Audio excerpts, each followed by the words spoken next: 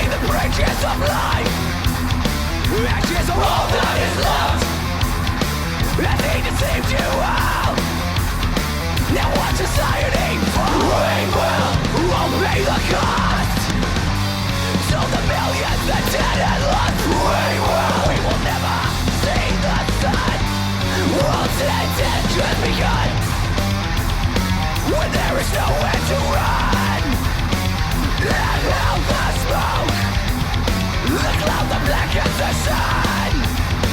Inhale the smoke.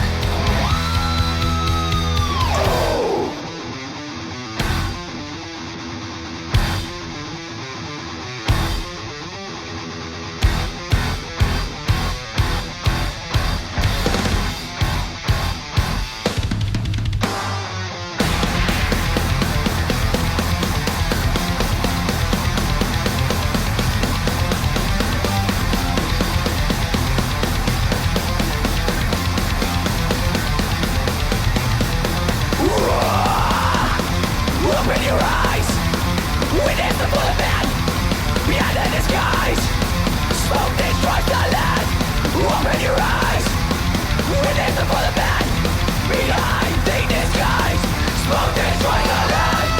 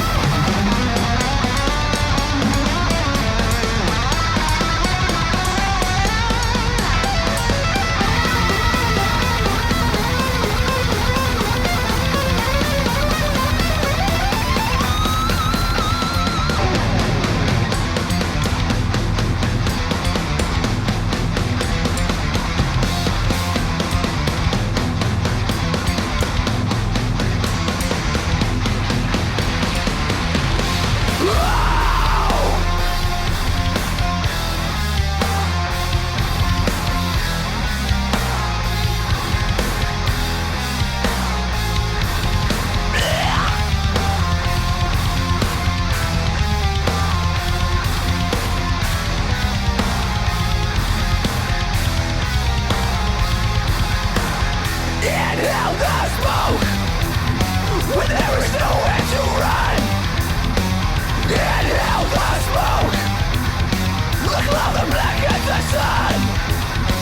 Inhale the smoke. Chaos will set you rise. Inhale the smoke. The smoke will set you right. Inhale the smoke.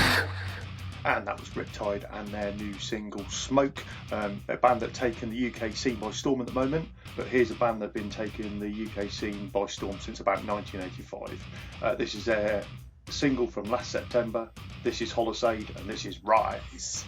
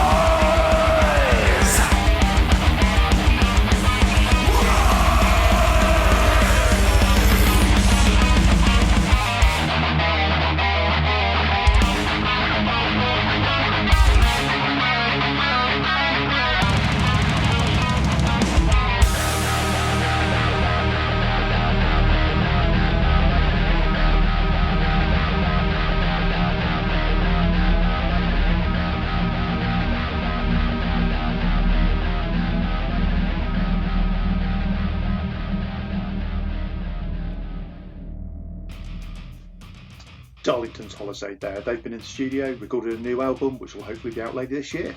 Okay, next up is our interviewed band for this week. This is the title track from their first EP, This is Blacklist and Bombs Away.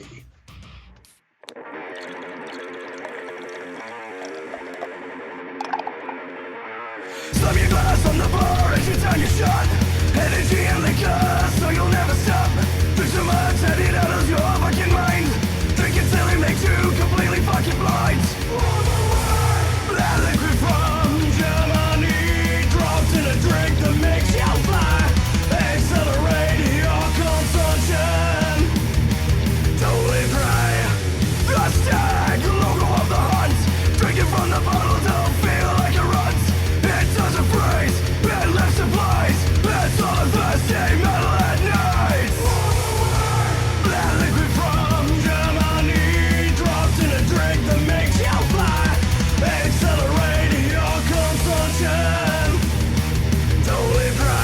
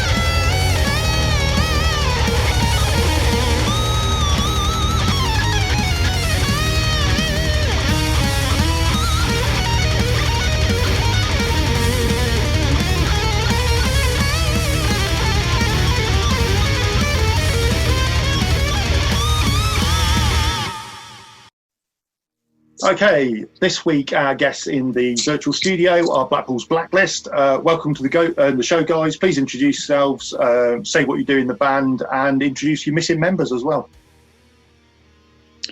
Okay, so I'm Tyler. I'm the vocalist and lead guitarist for Blacklist. I actually started as just the lead guitarist, not the vocalist. But our original vocalist recently left. So without him, obviously, and I've stepped up to do vocals. And we're missing our new rhythm guitarist, who we will reveal. I'm Matthew. I'm the drummer for the band Blacklist. I've been in the band since it started, really. Okay, so you touched on it there. You've had a bit of a churn of members lately.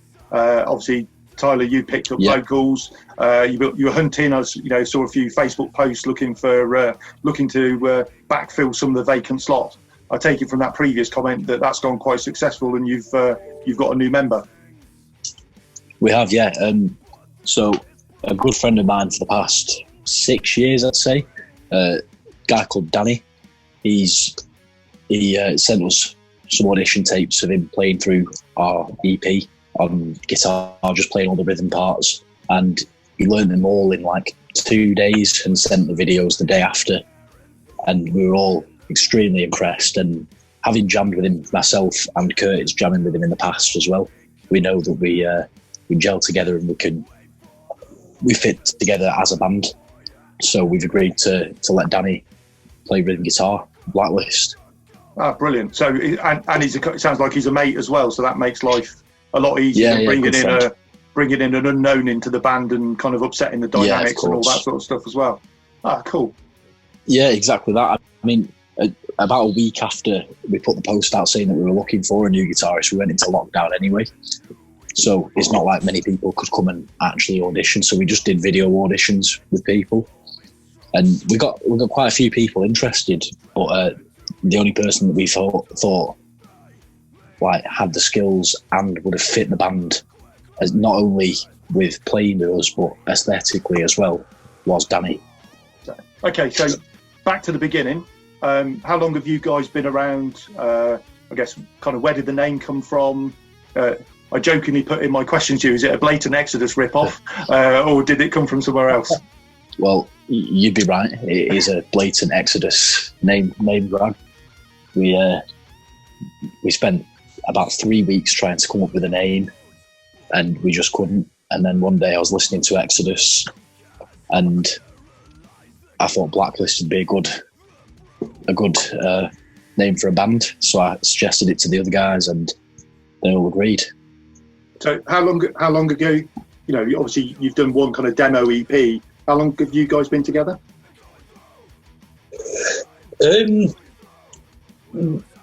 I'd say as Blacklist since I'd say January, December last year.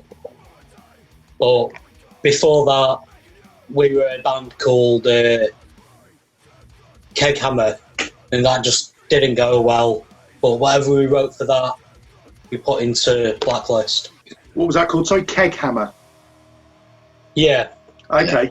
So that kind of leads on to one of my other questions, is that you know, a lot of the tracks on the Blacklist your EP, Your Bombs Away, seem to be alcohol related. Are you? Is that a kind of a conscious decision to be the UK version of Tankard, or is it just is it a bit of a hangover from that previous band, or you know, where did hangover being the operative word? Yeah, where did kind of, how come that kind of lyrical content came about? So many people have asked that question. Like literally everyone that listens to our music and says that they like it have asked whether the new stuff that we're going to be working on is going to be alcohol related as well. And surprisingly, it's actually not. So with Ash leaving, Ash was the main lyricist of the band. He wrote like a good majority of the lyrics with a little bit of help from me. And we sat down and we looked at all of his lyrics and we saw how we could change them. And a lot of the stuff he wrote about was, like, as you say, leaning more towards like the Tankard style stuff. But a lot of the new stuff that we've been working on lyric-wise, it's actually about like wars. And we've actually got one song about the Black Plague. Okay, so kind of stretching that sound and stretching the dimension a little bit more, rather than making it that, you know, you are the party beer thrash band. Yeah. So so for the people who haven't heard the EP or haven't heard any tracks, describe, you know, what kind of bands influence you and have kind of made up the sound that you were, the kind of the sound that you put out. So when we first released the EP, we all sat down afterwards and we spoke about who influenced us as musicians, like separately instead of as a band, and we all had such different answers. So for me, it was bands like Warbringer, Municipal Waste, Tankard, but there was also the other end of stuff where there was like the death metal stuff like Bolt Thrower, and like there's so many different types of genres. And personally, I'm a big fan of glam metal as well, like 80s hair metal. I think it's fantastic. So a lot of my lead guitar playing is inspired from that. But as a band, we're all different. So Warby will tell you his influences as well. My influences are mainly, obviously, the Big Four. But outside of the Big Four, there's stuff like Creator, Testament, Tankard, Municipal Waste, bands like that. Anything with like a thrash beat, anything fast, mean, got attitude, you know, anything like that I loved. So a band you didn't touch on then, but it was the kind of your first cover track. I think the first thing you possibly put out was a cover of a cover, which was Ray Parker Jr.'s Ghostbusters in a Zentric style, I guess you'd say it. What brought that about? How did you end up with that a kind of was that your launch single, or a launch track, or just something you jammed together in the studio, or? We actually released that about a month after we released the EP, and we released it. We released it on Halloween in 2019. Ah, okay. And then we had a Halloween gig booked with another band from Blackpool called Octopus Montage. Not a thrash band or anything by all means. They're pop punk metalcore, but they're good friends of us. So we booked a gig with them in Blackpool, and we all got dressed up and we just had a laugh. So we released a Halloween single, and that was the Zentrix version of Ghostbusters. So it was more a bit of fun rather than a specific cover version. It was just of course, something you would have done for an encore, or shits and giggles that you decided to put out for everyone else. Okay, that's cool. Are you a Zentrix fan though? Do you like kind of the old school UK thrash? Insanely into Zentrix, like one of my favourite bands of all time. So what's the plans next? You've done your EP. You did that extra single. Another EP, full album on the go. And I guess the impacts that COVID's had on all that nonsense. But what's next for Blacklist? So we've actually been working on the demos for an 8-track album at the moment. So I've got my own basic home studio set up at home where I can program MIDI drums and record guitars and bass. I can't really do vocals here at the moment, but we've got a friend that lives 10 minutes from us that we can record drums and vocals with. So we're hoping, it all depends on when we get out of the whole COVID-19 situation and when gigs can go ahead, but we're hoping to release an 8-track album by the end of this year. But obviously we don't want to release it unless we can do a gig, like a release date gig. Yeah, so it all depends on that. So you might sit on it a little bit longer to try and make, if gigs start coming back to normality kind of early next year instead, you'll sit on it a little bit longer to make sure that you can have at least a launch party. Yeah. So you kind of touched on this a little bit early on. Who's the main creative? I guess it sounds like you've picked up a lot of that kind of songwriter responsibility. And then have you managed to keep that going during lockdown? Have you been doing like Zoom rehearsals and kind of over Facebook Messenger and all that sort of stuff, or how's it been working as keeping that band dynamic going? Rehearsal wise, we haven't actually done much at all because obviously we can't get to our rehearsal space properly and have a proper practice. Our rehearsal space is actually a kiln, so it's only like quite small. So for us to be in there and social distance, they'd only have to be able to be like 2 of us in there. So yesterday, me and Warby actually went in there and we had a jam for the first time in like 3 months. And but other than that, so I've been writing as much as I can while I've been at home, recording mini demos and sending them to the band, and they've all been learning them. So we've still been rehearsing separately, but not been able to do it together until yesterday when me and Warby went in there yesterday. I've been using an electronic drum kit at home, and using an electronic drum kit and then going to an acoustic kit it's something else, it just feels weird, completely different size drums, all sorts. I'm sure the neighbours are happy that you're on electronic drum kit at home rather than your acoustic kit though. Oh, yeah, definitely. 100%.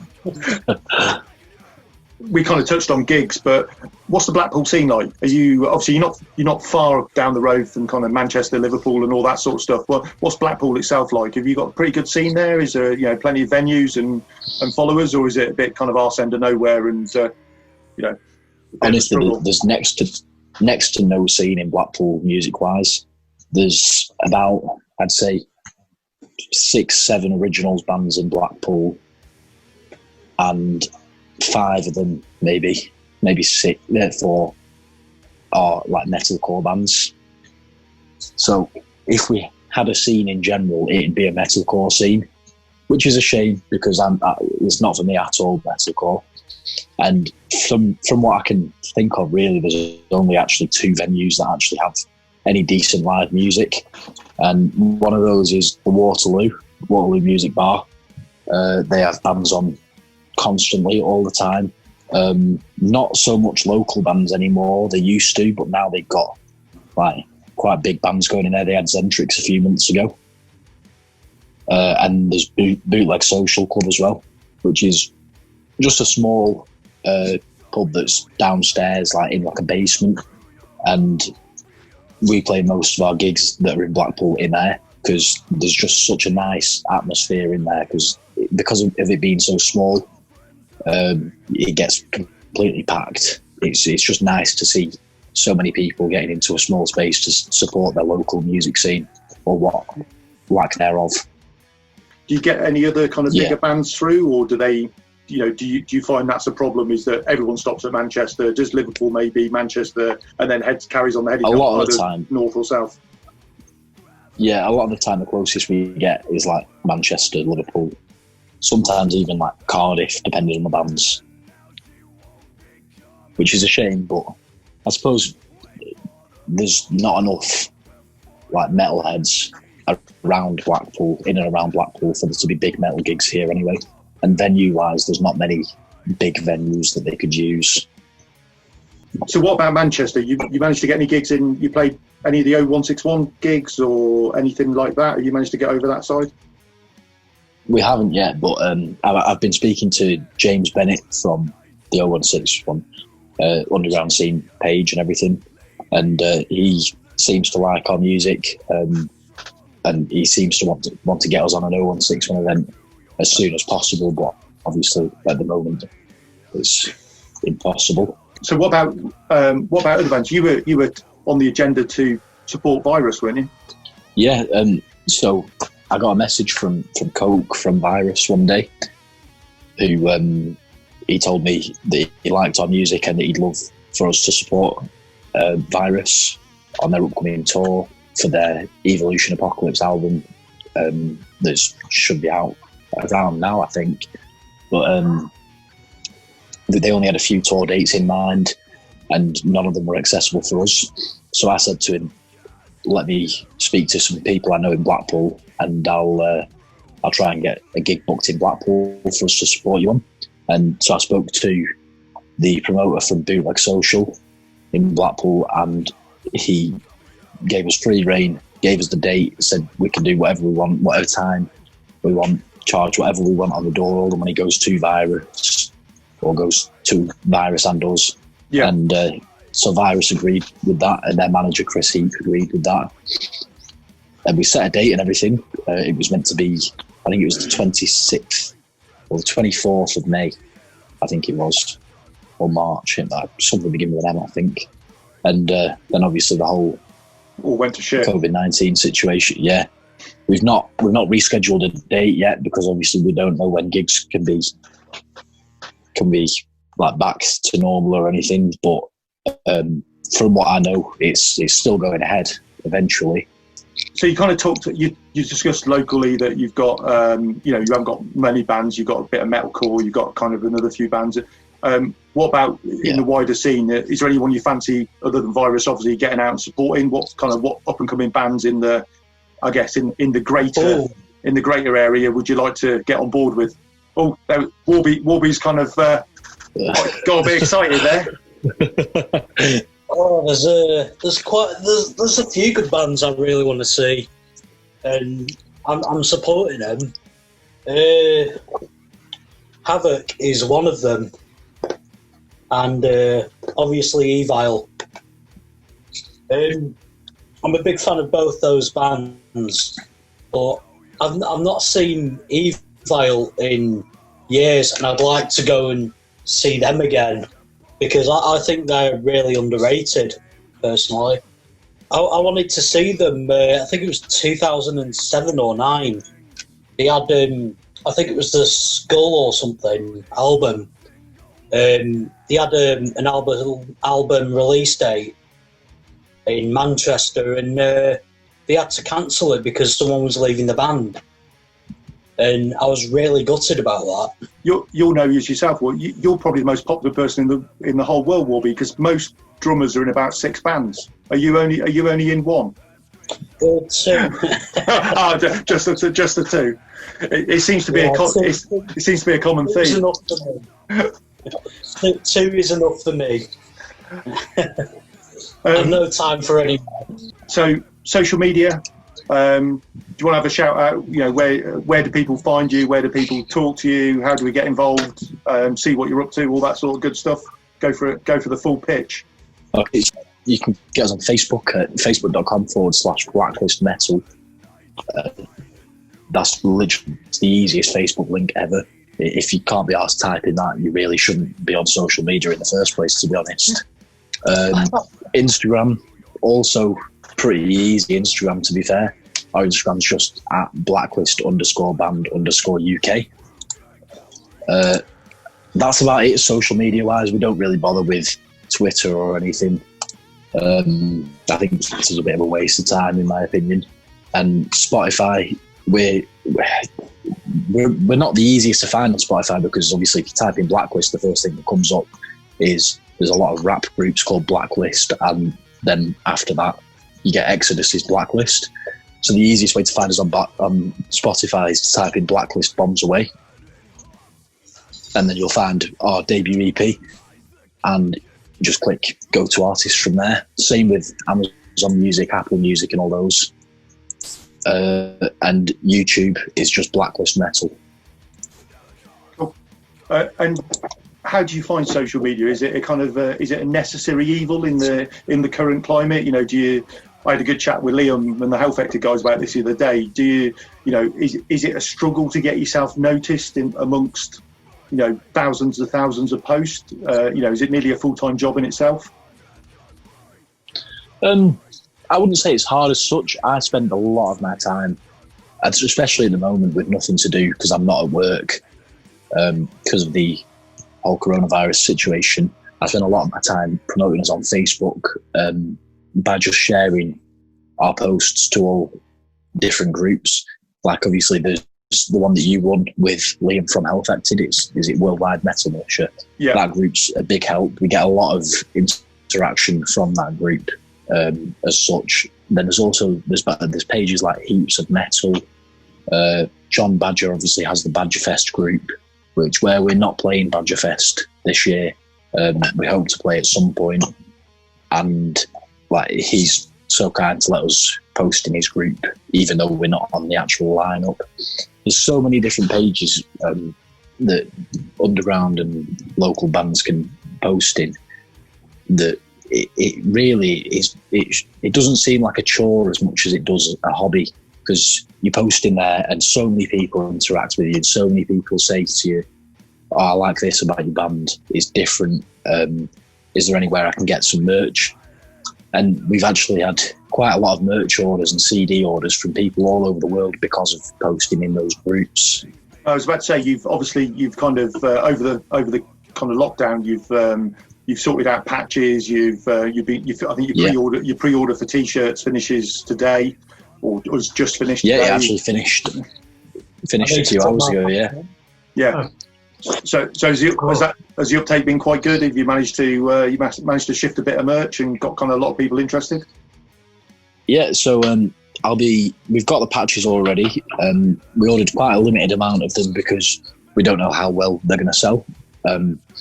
So we only ordered 50 patches altogether. We ordered 25 of the white border ones and 25 of the black border ones, and they're doing quite well, to be fair, already. We sold quite a few.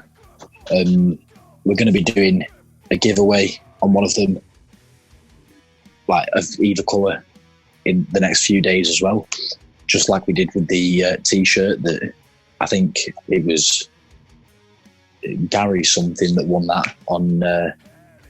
I think he's from the 0161 group as well. Okay. He won the t-shirt.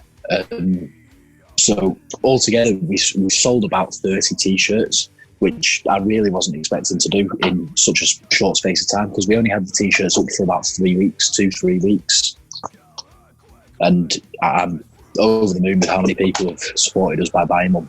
Yeah, that's really good. And obviously, without any gigging, I guess that helps you kind of be in a situation that you've got a little bit of money to go towards recording and all that other sort of stuff as well. Because, you know, no streams don't pay the bills, as we all know. No, not at all. Not even a penny for each stream on Spotify. No. So, yeah, it's a bit criminal, really. But and what about the EP? Obviously, that's available. You can get physical copies of that via by the Bandcamp. Yeah, you can get that Bandcamp or our big cartel store, or you can, if you message us on social media, we can get it to you that way. Either works for us. We prefer big cartel because they don't take any fees at all. All you have to pay on there is the PayPal fee, but we pay that anyway, and it works out to less than £1 anyway. We'll put all your kind of links and everything in the show notes. Any of the shout outs, plugs, any abuse you want to throw, anything else you want to say? So no abuse. Even as thrashers, we still have respect for every band, no matter what genre they are. They could be K-pop, and I'd still got respect for them because underground music deserves recognition no matter what. Shout out wise, like all the thrash bands that are on your UK Thrashers album that you put out for Shelter. I've got my copy here. I listen to it quite regularly. I think it's actually in my CD player at the moment. All the bands on there are fantastic and they deserve so much more recognition than they get. And other than that, non-thrash bands that deserve recognition as well, like Octopus Montage in Blackpool, are a pop punk metalcore band. It's not my type of music at all, but they're great guys, and for the people that love that style of music, will absolutely adore their music, and they deserve recognition too. Bobby? There's a band on that compilation CD. I'm sure they're on there. They're a band called Nunchoke or something. Novichok. Yeah, that's the one. Yeah, absolutely amazing band. I would love to see them live. So shout out to them because they sound awesome and they're doing good music. Cool. Okay. Thanks for spending a bit of time chatting to us, lads. Look forward to hearing the next. Thanks for having us, man. Look forward to hearing the next outing of non-alcohol related thrash, and hopefully catch you either somewhere in the 0161 or at the Virus gig later this year or early next. Thanks, guys. Yeah, man. Thanks. Thank you. Kneel before the priest, must repent, kiss the cross. Kiss my ass, you and your god.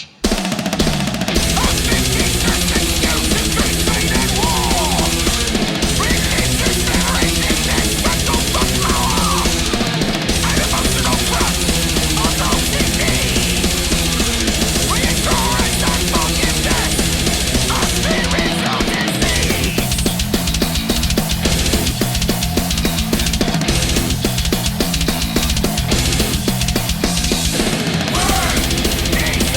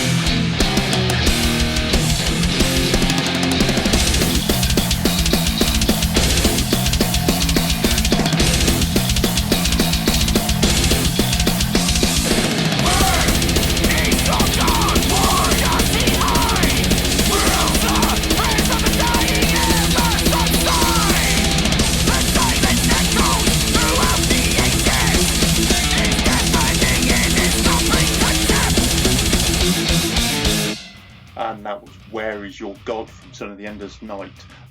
Came straight out the back of our interview with Blacklist, so thanks the lads for spending a bit of time with me. Next up is a band from Switzerland. This is Total Annihilation on Chains of Doom.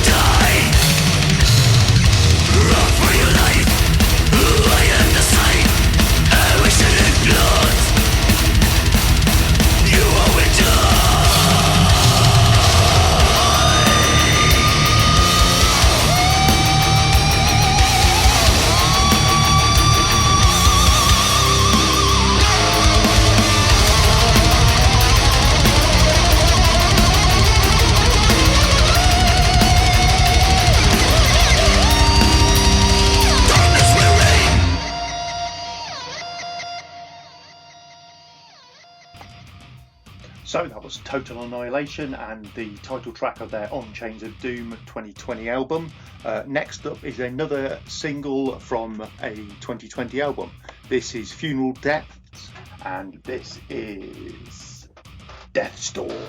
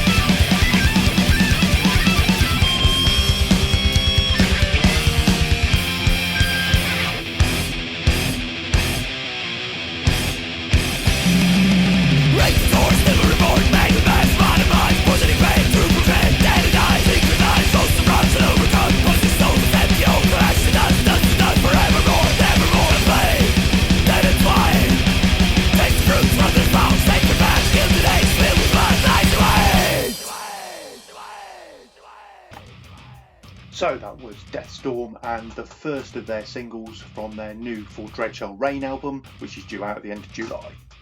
And finally for this week, we are going to play you out with some Elyrean. This is Blacken The Sun, taken from their 2019 extended EP. See you next time. Thanks for listening.